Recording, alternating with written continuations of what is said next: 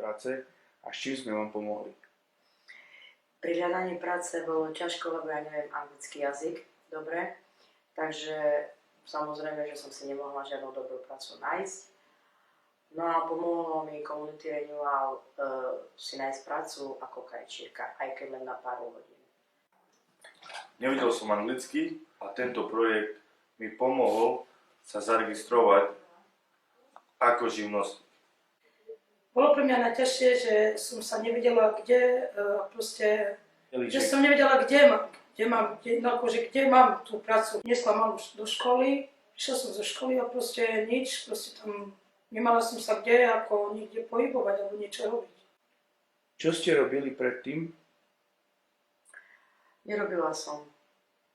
A ako ste spokojná s vašou prácou teraz? Veľmi dobre, pretože tá práca ma baví, takže som spokojná. Zmenilo vám to nejako život? Zmenilo tak, že nie som doma, v práci prídem na iné myšlienky, porozprávame sa so ženami o živote.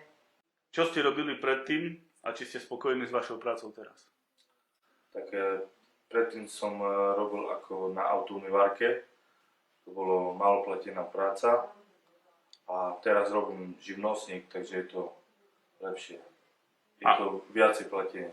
Robím ako delivery driver, som sám sebe pánom, akože idem do práce, kedy chcem. Ako vám to zmenilo život?